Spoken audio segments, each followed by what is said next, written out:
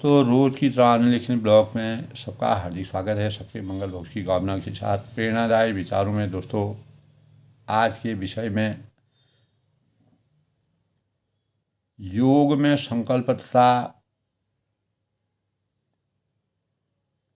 जो शौर्य होता है, संकल्प शक्ति होती है। तो जब हम आत्मा में आनंद मंगल बनाने का अर्थ है, जब हम आत्मा को आनंद के मंगलों में सुसज्जित करने के लिए प्रेरित करते हैं, तो कृष्ण के साथ आनंद मंगल मनाना। तो कृष्ण परमात्मा है, मैं व्यष्टि आत्मा हूँ। अगर हम कल्पना करते हैं तो परमात्मा तथा आत्मा एक साथ भोग करते हैं। भोग अकेले नहीं किया जा सकता है। इसके लिए दोस्तों दो व्यक्ति होने चाहिए। हमें एकांकी भोग का क्या अनुभव है,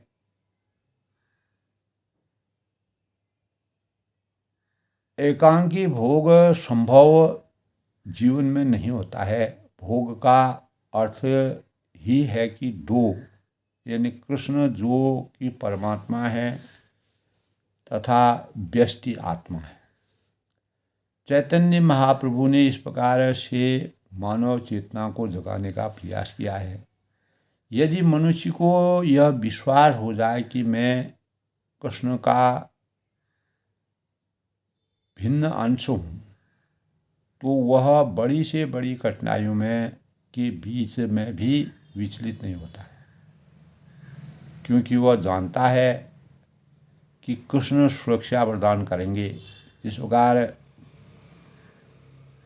भगवान कृष्ण ने द्रौपदी की लाज को बचाया और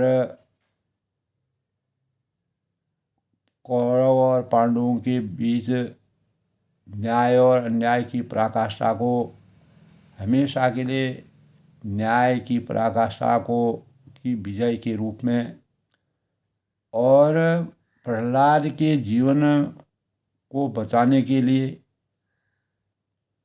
यानी सच का साथ देना, न्याय का साथ देना, प्रभु की सत्ता में हमेशा इस प्रकार की आसक्ति रही है। यही शरणागति या आत्मसमर्पण है। इस स्थिति को पाने के लिए दोस्तों मनुष्य को भरसक प्रयास करना चाहिए, अपनी बुद्धि का उपयोग करना चाहिए, अपने शौर्य का प्रयोग करना है, अपनी चेतना का प्रयोग करना चाहिए और कृष्ण में विश्वास रखना चाहिए। बालस्य नेह शरणं पितरो नृसिंह कहा गया है। यदि कृष्ण हमारी रक्षा नहीं करते तो हमें कोई भी नहीं बचा सकता। यदि कृष्ण हमारी उपेक्षा करते हैं तो कोई उपचार हमारा नहीं है, न दवा काम करेगी, न औषधि काम करेगी, न कोई व्यक्ति हमारी सहायता कर सकता है।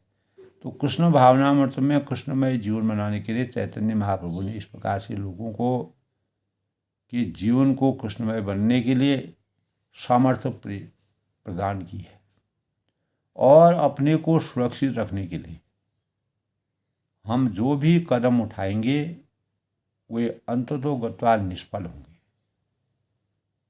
रुग्ण व्यक्ति का उपचार करने वाले अनेकों कुशल वैद्य हो सकते हैं।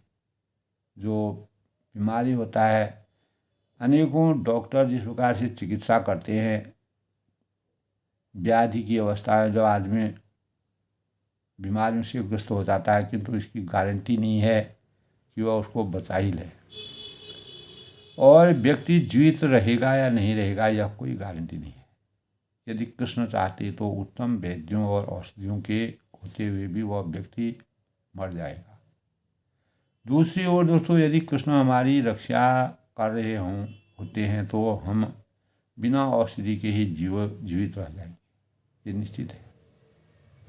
जब कोई व्यक्ति पूर्णतया कृष्ण की शरण ग्रहण करता है तो वह सुखी बन जाता है, सुख का अनुभव करता है, और उसको सुखी समाज में वह जाता है और संतों के साथ अपने जीवन को बिताता है। सुखमय जीवन रहता है, हर पल हर घड़ी उसमें उसको परिवेश ऐसा मिल जाता है कि उसका जीवन सुखमय ही रहता है, क्योंकि वह जानता है कि स्थिति चाहे जैसी भी हो, परिस्थितियां चाहे कुछ भी हो, देश काल परिस्थितियां कुछ भी हो, कृष्ण उनकी रक्षा अवश्य करेंगे। जैसे प्रहलाद को अनेक यातनाएं देने के बाद भी कृष्ण के ध्यान में अनुरक्त होने के परिणाम स्वरूप जब होलिका ने प्रहलाद को अपनी गोदी में रख करके, और होलिका को इस प्रकार का वरदान था कि वह कभी भी अग्नि में जल नहीं सकती है, लेकिन भगवान कृष्ण की अनुकंपा से होलिका जो है जल गई और प्रहलाद जीवित रह गए। तो इसी प्रकार दुशासन जो है वह द्रौपदी के चीरहरण करने की जो बातें आई, अन्याय के मार्ग से गुजरते हुए थक गया, पसीना हो गया, रात दिन चले गए और अंततोगत्वा वह हारवान हो गया, क्योंकि द्रौपदी का जीवन कृष्णमय हो गया और भगवान कृष्ण वहाँ पर अवतरित हो गए। यह उस बालक की भांति है जो पूरी तरह अपने माता पिता पर आश्रित होने से आश्वस्त रहता है, यानी प्रभुमय जीवन हो जाता है, कृष्णमय जीवन बन जाता है, तो हम पूर्ण रूप से कृष्णमय हो जाते हैं। जिस प्रकार हनुमान जी राममय जीवन यापन करके कलयुग के अवतारी देवता के रूप में आज भी हनुमान जी को अमरत्व का वरदान मिला था, उसी के परिणाम स्वरूप अर्जुन भगवान श्री कृष्ण के सारथी थे। तो उनकी रक्षा जो ऐसे शिष्य होते हैं, इस प्रकार के भावनाओं से संतप्त होते हैं, तो भगवान उनकी रक्षा अवश्य करते हैं। व्याधियाँ उनको कभी नहीं सताती हैं। जैसा कि यमुनाचार्य ने दोस्तों एक बार शोध में रत्न में यमुनाचार्य ने कहा है कि कदा हमें कांति कनित्यं किंकरः और प्रहर्षयिष्यामि सनात जीवितम, यानी हे प्रभु वह दिन कब होगा जब मैं आपके स्थायी यानी नित्य सेवा की भांति लग सकूँगा और ऐसा पूर्ण स्वामी पाकर हर्षित अपने स्वरूप में प्रसन्नता का अनुभव करूँगा। तो यदि हम बल यानी जान लें, समझ लें, सोच लें कि कोई अत्यंत शक्तिशाली व्यक्ति है जो हमारा संरक्षण तथा हमारा त्राता है, तो क्या हम सुखी नहीं होते? किंतु यदि हम मनमाना और अपने दायित्व का कार्य करने का प्रयत्न करेंगे तो हम किस तरह सुखी हो सकते हैं, किस प्रकार से हम सुखी हो सकेंगे? तो दोस्तों सुख का अर्थ है कृष्ण भावनामृत में होना तथा आश्वस्त होना कि कृष्ण मुझे सुरक्षा प्रदान करेंगे, कृष्ण ही हमारा सहारा है तथा कृष्ण के प्रति ईमानदार रहना, अन्यथा सुखी रहना संभव नहीं है। तो निसंदेह ही बिना किसी संदेह के दोस्तों कृष्ण सारे जीवों को, जितने भी प्राणी सांसारिक प्राणी हैं, यहाँ तक कि उनके द्वारा विद्रोह करने पर भी एको बहुनांग यो विद्याति कामान, यानी उनको सुरक्षा प्रदान करते हैं। कृष्ण के संरक्षण बिना हम क्षण भर भी जीवित नहीं रह सकते। तो प्रत्येक घटघट में परमात्मा का वास है, कृष्ण का वास है, जब हम कृष्ण की कृपा स्वीकार करते हैं तो उसे मान्यता देते हैं। केवल उनके नाम अलग अलग हैं, स्वरूप अलग अलग हैं। हम सुखी बनते हैं। कृष्ण प्रतिबल हमारी, प्रति क्षण हमारी, प्रतिपल हमारी रक्षा करते हैं, किंतु हमें इसका अनुभव नहीं हो पाता है। हम जान नहीं सकते हैं, उसका अनुभव नहीं कर पाते हैं, क्योंकि हमने जीवन को अपने हाथ में ले रखा है। कृष्ण हमें थोड़ी सी स्वतंत्रता वह कह कर देते हैं, ठीक है तुम ऐसा ही चाहो करो, जहाँ तक संभव होगा तुम्हें संरक्षण प्रदान करूँगा। जब हम मन से इस प्रकार की बातों को सोचते हैं, विचारते हैं, मंथन करते हैं, किंतु जब जीव पूर्ण रूप से कृष्ण के शरणागत हो जाता है तो कृष्ण उसका पूरा पूरा भार अपने स्वरूप में समाहित कर लेते हैं। जिस प्रकार प्रहलाद का पूरा भार भगवान कृष्ण ने अपने ऊपर ले लिया। ऐसे कितने भक्त हैं और उसे विशेष संरक्षण प्रदान करते हैं। यदि बालक बड़ा होकर अपने पिता की परवाह नहीं करता है तथा स्वतंत्र होकर कार्य करता है तो उसका पिता क्या कर सकता है? वह केवल इतना कर सकता है कि जो जी चाहे करो। वह यही कहेगा कि को करो अपने विचारों के अनुसार। किंतु जब पुत्र एक उदाहरण के रूप में दोस्तों अंतःकरण में अवतरित होती है कि पुत्र अपने को पूरी तरह अपने पिता के संरक्षण में रख देता है तो उस पर अधिक ध्यान दिया जाता है। तो जैसे कि भगवद गीता में कहा गया है कि कृष्ण एक जगह कहते हैं कि समोहं सर्वभूतेषु न मे देव्यो अस्ति न प्रिय ये भजन्ति तुम माम भक्त्या मयि ते तेषु चाप्यहम्। यानी समोहं सर्वभूतेषु न मे द्वेषो अस्मि न प्रिय। यानी मैं न तो किसी से द्वेष करता हूँ, न ही किसी के साथ पक्षपात करता हूँ। यानी पारदर्शिता मेरे अंतःकरण में रहती है। मैं सबों के लिए समभाव रखता हूँ, किंतु जो भी भक्तिपूर्वक मेरी सेवा करता है वह मेरा मित्र है, सखा है, मुझ में स्थित रहता है और वह भी मेरा मित्र है।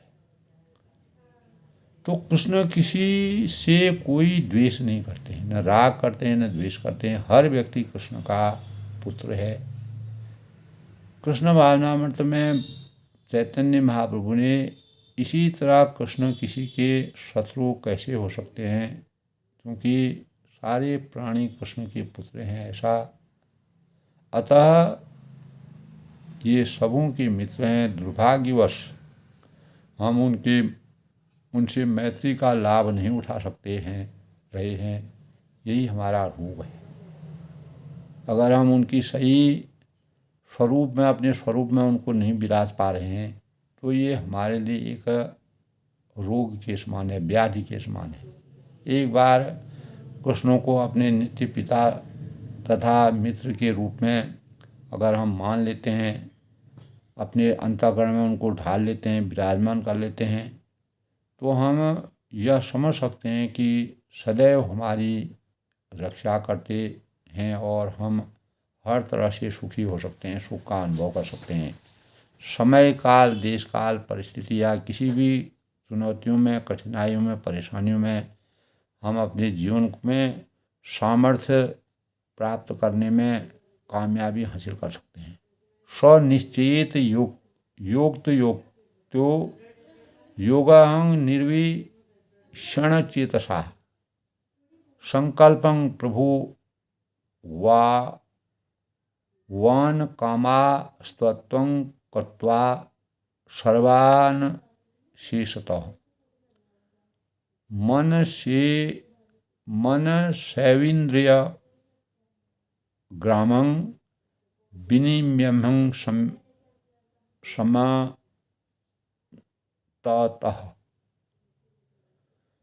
यानी मनुष्य को चाहिए, मानव मात्र को चाहिए कि संकल्प तथा श्रद्धा के साथ योगाभ्यास में लगे और पथ से विचलित न हो।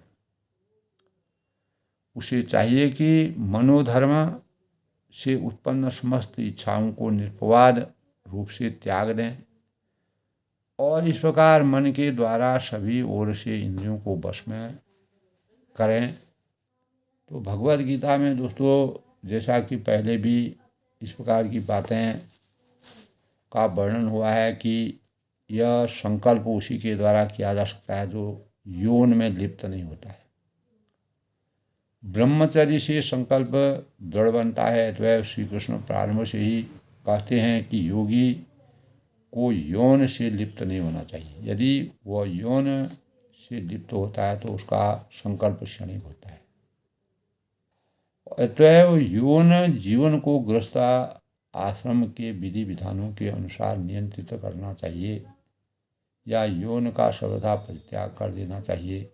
वस्तुतः इसका सर्वथा परित्याग कर देना चाहिए, किंतु यदि यह संभव न हो तो इस पर नियंत्रण करना चाहिए।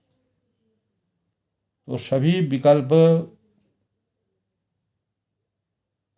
का समाधान है, सभी विकल्प हमारे पास है तब संकल्प आता है, क्योंकि संकल्प शारीरिक कार्य है। संकल्प का अर्थ है धैर्य और अध्यवसाय पूर्वक यानी कृष्ण भावनामृत का अभ्यास करना। यदि वांछित फल तुरंत न मिले तो कर्मण्येवाधिकारस्तु मा फलेषु कदाचन। तो तुरंत मिले तो यह नहीं सोचना चाहिए कि अरे यह कृष्ण भावनामृत कैसा है, मैं इसे छोड़ देता हूँ। इसे कृष्ण के वचनों का दृढ़ संकल्प तथा श्रद्धा होनी चाहिए। तो हमारी परीक्षाएं अनेकों स्थलों पर होती है। हम कहाँ पर परीक्षा में सामर्थ्य प्राप्त करते हैं, कहाँ पर नहीं करते हैं, यह हमारी खुद की सोच है। तो इस आशय में दोस्तों एक संसारी उदाहरण दिया जाता है कि जब कोई युवती विवाही हो जाती है तो वह तुरंत संतान की कामना करने लगती है। वह सोचती है कि जब मैं विवाहित हूँ तब तुरंत मुझे संतान होनी चाहिए। तो लेकिन यह किस तरह संभव है? युवती को धैर्य धारण करना चाहिए, उसे आज्ञाकारिणी पत्नी बनना चाहिए, अपने पति की सेवा करनी चाहिए और अपने प्रेम को पल्लवित होने देना चाहिए। और अंततोगत्वा दोस्तों चूँकि वह विवाहिता है अतः यह निश्चित है कि उसे संतान होगी। इसी प्रकार जब हम कृष्ण भावनामृत में होते हैं तो हमारी सिद्धि निश्चित है, किंतु हम में धैर्य तथा संकल्प होना नितांत आवश्यक है। हमें सोचना चाहिए, समझना चाहिए, मनन करना चाहिए और अंतस में विचारणा करनी चाहिए कि मुझे अपना कर्तव्य पूरा करना चाहिए और अधीर नहीं होना चाहिए, धैर्य को नहीं खोना चाहिए। अधैर्य का कारण संकल्प की समाप्ति है। जहाँ पर हमने धैर्य को छोड़ दिया वहीं पर हमारा संकल्प जो है टूट गया। अगर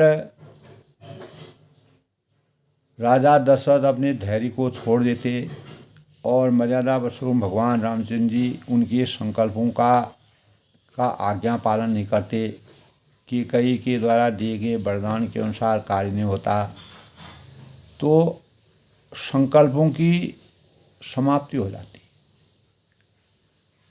तो रघुकुल की रीति और मर्यादा पर लांछन लग जाता और संकल्प समाप्ति का कारण अत्यधिक यानी भोगों की लिप्ति है। तो योगी को दृढ़ संकल्प होना चाहिए। यह योग में संकल्प तथा स्थैर्य स्थिरता का संभाव है और अविचल भाव से धैर्यपूर्वक कृष्ण भावनामृत संपन्न करना चाहिए। मनुष्य को अंत में सफलता के प्रति आश्वस्त होना चाहिए और बड़े ही अध्ययन जो लगातार अध्ययनशील होते हैं के साथ इस पथ का अनुसरण करना चाहिए, इस मार्ग को अपनाना चाहिए। यदि सफलता मिलती है तो भले ही उसमें देर भी लगे, तभी कहा है कर्मण्येवाधिकारस्तु मा फलेषु कदाचन। तो निरुत्साहित नहीं होना चाहिए। तो दृढ़ अभ्यासकर्ता की सफलता सुनिश्चित होती है। यह कृष्ण भावनामृत में उल्लेख है और यह प्रायोगिक है। इसका प्रयोगात्मक अध्ययन किया गया है भक्ति योग के विषय में। रूप गोस्वामी ने एक जगह कहा है कि उत्साहानि निश्चयादि धैर्यात् ततत कर्म प्रवर्तान संग हत्या आघात सते वृते संगमी भक्तः प्रसिद्ध्यति। यानी पूरे उत्साह धैर्य और निश्चय द्वारा उत्साहनानि विश्व स्यात् धैर्यात्, भक्तों की संगति में नियत कार्य करते हुए अच्छे कार्यों में पूरी तरह लग करके भक्ति योग को सफलतापूर्वक संपन्न किया जा सकता है। तो जहाँ तक संकल्प की बात है दोस्तों, उस यानी अबाबील के उदाहरण का पालन करना चाहिए, जिसने समुद्र की लहरों में अपने अंडे दिए थे। एक अबाबील पक्षी ने समुद्र के किनारे अंडे दिए, किंतु विशाल सागर अपनी लहरों के साथ उनके अंडे लेता गया। चिड़िया बहुत उद्विग्न हो उठी और अपने समुद्र से अंडे लौटा देने के लिए कहती है, अपने मन में सोचती है, किंतु समुद्र ने उसकी अपील पर ध्यान नहीं दिया। इसीलिए उस पक्षी ने समुद्र को सूखा डालने का निश्चय किया। तो जिस प्रकार से जब उनको अनुचित व्यवहार करने, अनुचित भोजन करने से रावण के रूप में अवतीर्ण होना पड़ा, उसी प्रकार उस चिड़िया को भी समुद्र को चिड़िया ने यानी श्राप दे दिया। वह अपनी छोटी सी चोंच से पानी भरने लगी। सभी लोग उसके असंभव संकल्प पर हंसते थे। उसके कार्य की खबर फैल गई और जब अंत में भगवान विष्णु ने विशाल पक्षी वाहन गरुड़ से इसे सुना, तो वह उसे छोटी सी बहन पक्षी के लिए दवाई यानी दयार्थ हो उठी। ये एक प्रसंग है दोस्तों। अतः यह उसे देखने आया तो गरुड़ उस छोटे से पक्षी के संकल्प से बहुत प्रसन्न हुआ और उसने सहायता करने का चयन किया। अतः गरुड़ ने तुरंत समुद्र से उस पक्षी के अंडे लौटाने को कहा। इससे समुद्र डर गया और उसने अंडे लौटा दिए।